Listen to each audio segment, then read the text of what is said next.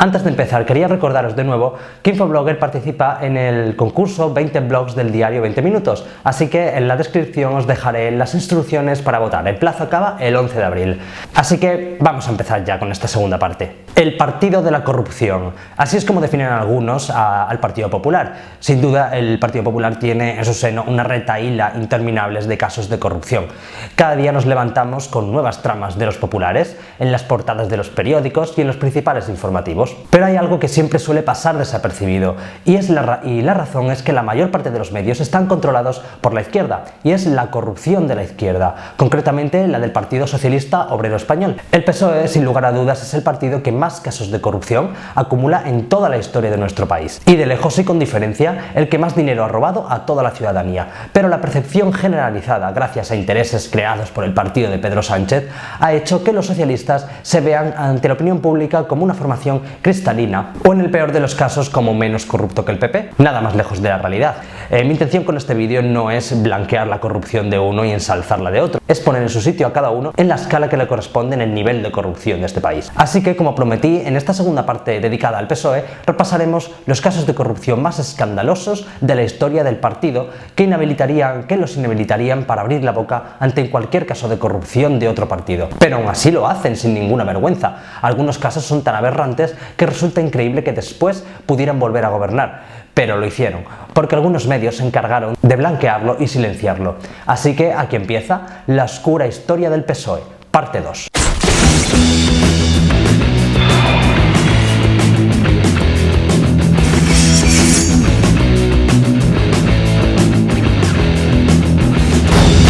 Comenzamos con un clásico, el primer caso de financiación ilegal de un partido, el caso Filesa. Sí, no ha sido el PP el primero en ser condenado por esto, o imputado. El PSOE fue el primer partido condenado por financiación ilegal. Bueno, realmente algunos de sus dirigentes, ya que antes no se podía imputar ni condenar a partidos políticos. Se trata de la trama empresarial que pusieron en marcha varias personas del PSOE y de su entorno para financiar el partido a través de las sociedades Filesa, Malesa y Time Sport. Sociedades pantallas vinculadas a socialistas que recibían dinero por parte de bancos y empresas por asesorías e informes que no existían y cuyo coste iba a parar a la financiación de las campañas electorales del PSOE de 1989 y al propio partido.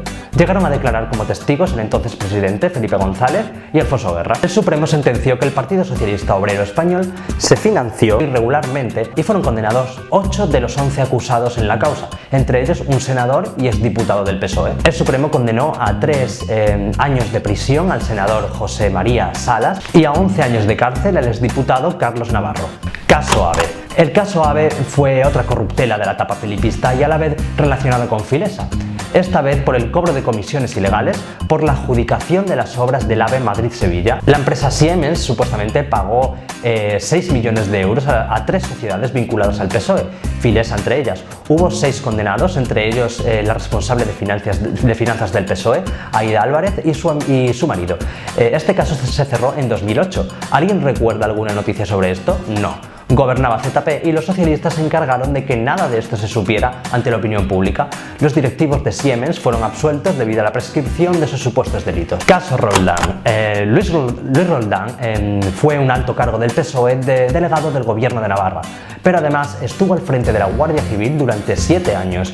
El escándalo de este alto cargo socialista surgió a raíz de la publicación de su patrimonio que se había visto incrementado de manera espectacular con nada menos que 9 propiedades a su nombre. La razón era que Roldán adjudicaba a dedo las obras de los cuarteles de la Guardia Civil, llevándose por ello unas suculentas comisiones por las que llegó a acumular un capital de 1.700 millones de pesetas. Tras darse a la fuga y permanecer desaparecido durante 10 meses, finalmente fue capturado y condenado a 28 años de prisión. Caso Gal.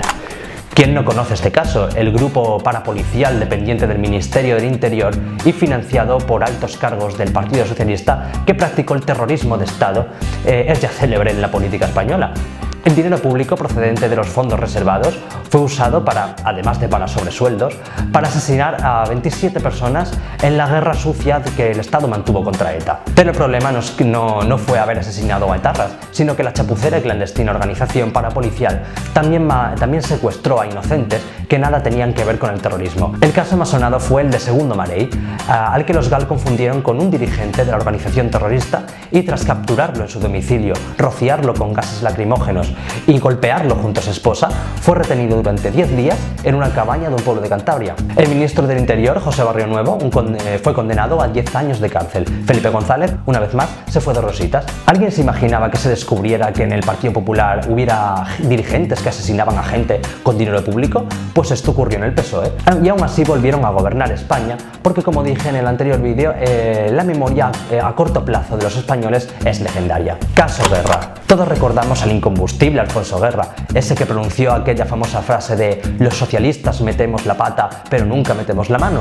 Pues resulta que el antiguo vicepresidente del gobierno de Felipe González enchufó a su hermano para trabajar en un despacho oficial de la delegación del gobierno de Andalucía. El caso es que el hermanísimo, en lugar de realizar las labores por las que fue contratado, se dedicaba a agilizar trámites para concesiones de obras públicas por las que se llevaba una suculenta comisión. Felipe González dijo que si Alfonso Guerra dimitía, él también lo haría, negando de esta forma los hechos. El caso es que poco después Alfonso Guerra dimitió y González no solo no dimitió, sino que se volvió a presentar a las elecciones. El hermano de Alfonso Guerra fue condenado por malversación y delito fiscal. Caso Caixa Catalunya. Este es relativamente reciente, y es que mucho se habla de Bankia, pero poco de las cajas hundidas por directivos socialistas. Es el caso de Caixa Catalunya, presidida por el ex vicepresidente del PSOE, Narcís Serra, que fue imputado por las irregularidades de la entidad que provocaron un agujero de 700 millones de euros. Lo que poca gente sabe es que la entidad que más dinero se ha llevado para su rescate no ha sido Bankia, sino esta caja dirigida por el PSOE, un dinero del que no se ha visto un solo euro, mientras que Bankia sí que lo está devolviendo. Caso Astapa. El caso Astapa fue una red de corrupción en Estepona, maniobrada por el alcalde socialista Antonio Barrientos, con claras conexiones al caso Malaya, por sus enormes parecidos a la hora de actuar. Comisiones ilegales a cambio de adjudicar obras a dedo que iban a parar a una caja B controlada por el alcalde y el concejal de Hacienda, socialista también. El contenido de esta caja B era usado tanto de forma personal por los beneficiarios como para financiar los partidos que gobernaban en coalición en la ciudad, el Partido Socialista y el PES, el partido de Estepona. Caso Fundación Ideas. La Fundación Ideas era un instituto de pensamiento político ligada al Partido Socialista y que en sus inicios fue presidida por José Luis Rodríguez Zapatero y posteriormente, como no, por Rubalcaba. Esta fundación trabajaba en torno a las propuestas políticas del PSOE y era la encargada de elaborar puntos programáticos del partido. El escándalo saltó a la palestra cuando se descubrió que una tal Amy Martin recibió 50.000 euros por redactar artículos que eran publicados en la web de la fundación. Amy Martin no existía en realidad, era el propio director del instituto, Carlos Mulas, que se atribuyó estas cantidades como un sobresueldo entre los años 2010 y 2011, cuando ya presidía la fundación el señor Rubalcaba, aunque la mujer de Mulas dijo ser ella la propia Amy Martin. Nunca más se supo sobre este caso. Caso Caja Castilla-La Mancha. Otro caso de una caja pública socialista llevada a la quiebra, pero que la opinión pública y los más media han ignorado. El caso Caja Castilla-La Mancha consistió en el presunto falseamiento de cuentas por parte de sus directivos, el antiguo secretario general del PSOE de Castilla-La Mancha y diputado del Congreso, Juan Pedro Hernández Moltó, y su director general, Ildefonso Ortega. Caja Castilla-La Mancha fue la primera entidad intervenida por el Banco de España que dio el pistoletazo de salida al desmoronamiento del sistema financiero. Esto fue consecuencia del falseamiento presuntamente de las cuentas para que arrojaran beneficios por cerca de 30 millones de euros, cuando en realidad se estaban produciendo pérdidas millonarias por valor de más de 180 millones. Hay que recordar que Podemos gobierna con el PSOE en esta comunidad. Caso Marea. El caso Marea está considerada la mayor trama de corrupción destapada en la historia del Principado de Asturias y se produjo hace unos 12 años cuando la región era gobernada por el socialista Vicente Álvarez Areces.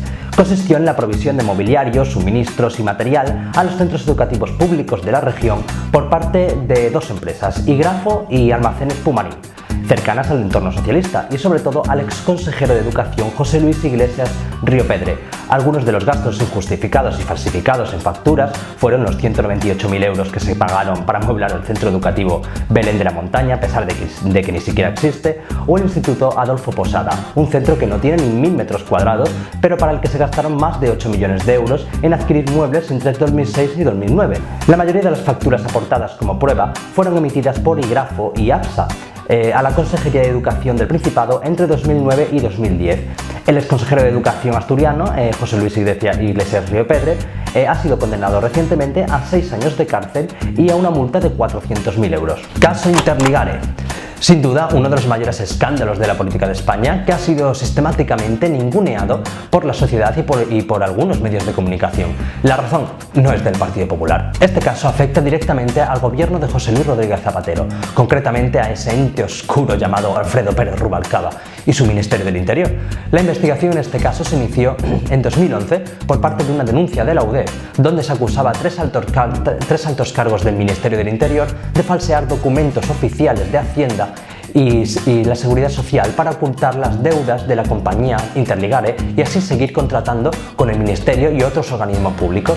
El dinero público entregado a esta empresa presuntamente se utilizaba para espiar al Partido Popular en unas oficinas cercanas a su sede en la calle Génova 13. El juez dio carpetazo de forma insólita y archivó el caso, aunque hace un par de años la Audiencia de Madrid volvió a reabrir el caso para pedir que se investigaran estos contratos. Caso Partido Socialista de Valencia y Bloc. Es el último escándalo del PSOE que, por supuesto, no habrás visto en los principales trending topics ni en los principales informativos. Silenciado vergonzosamente porque es más importante hablar del máster de Cifuentes. Pero resulta que nada menos que 4 juzgados están investigando la financiación ilegal del Partido Socialista en Valencia y de Bloc, socios nacionalistas de Compromís, que gobiernan ahora la Comunidad Valenciana. Se les acusa de presuntos delitos electorales, prevaricación, falsedad documental continuada y malversación de caudales públicos, que habrían cometido entre los años 2007 y 2011, una gürtel en toda regla para financiar sendas campañas electorales. Elecciones que perdieron estrepitosamente, lo que revela algo, aparte de vergonzoso, por ser un caso de corrupción, algo denigrante también para el PSOE, pues el PP es acusado también de ganar elecciones por ir dopados, es decir, por financiarse ilegalmente, y resulta que el PSOE también iba dopado y aún así les perdieron. Llegamos a Andalucía y aquí nos vamos a detener un buen rato. Pues llegamos a la joya de la corona, el mayor caso de corrupción de la historia de España, que ha supuesto el mayor desfalco jamás visto a las arcas públicas, no solo nacionales, sino también europeas, pues también implicó el desfalco de fondos públicos provenientes de la Unión Europea. La inmensa mayoría conoce este caso de puntillas, no se suele incidir en él y pasa de largo en las televisiones y en algún sector de la prensa, lo que hace que la envergadura de este fraude parezca mucho menor de lo que es, debido a la poca atención que se le presta, pero nada más lejos de la realidad.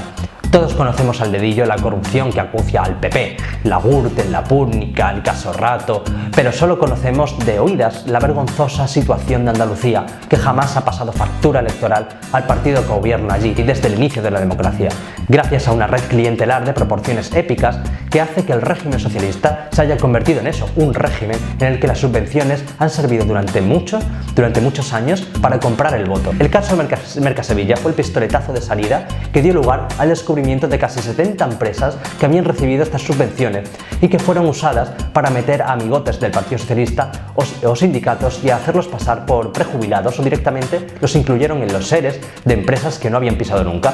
El director general de Empleo de la Junta, Francisco Javier Guerrero, y el sindicalista de UGT, Juan Lanzas, alias El Conseguidor, supuestamente eran los encargados de gestionar estas subvenciones sin ningún tipo de control ni filtro, que acababan en municipios gobernados por el PSOE y cuyos alcaldes en muchos casos tenían acciones en las empresas subvencionadas. El intermediario de esta trama era presuntamente Antonio Albarracín, es directivo de la consultora Vitalia, que se encargaba de negociar los porcentajes que se concedían a las empresas implicadas en el fraude. Los expresidentes de la Junta de Andalucía, José Antonio Griñán y Manuel Chávez, han sido imputados por conocedores forzosos de la trama, pues no se entiende el despilfarro sin que los máximos exponentes del gobierno estuvieran al tanto. A estos dos máximos exponentes del PSOE se añaden numerosos consejeros y altos cargos y hasta la exministra socialista Magdalena Álvarez, y así hasta 300 imputados con un total defraudado de 1.200 millones de euros.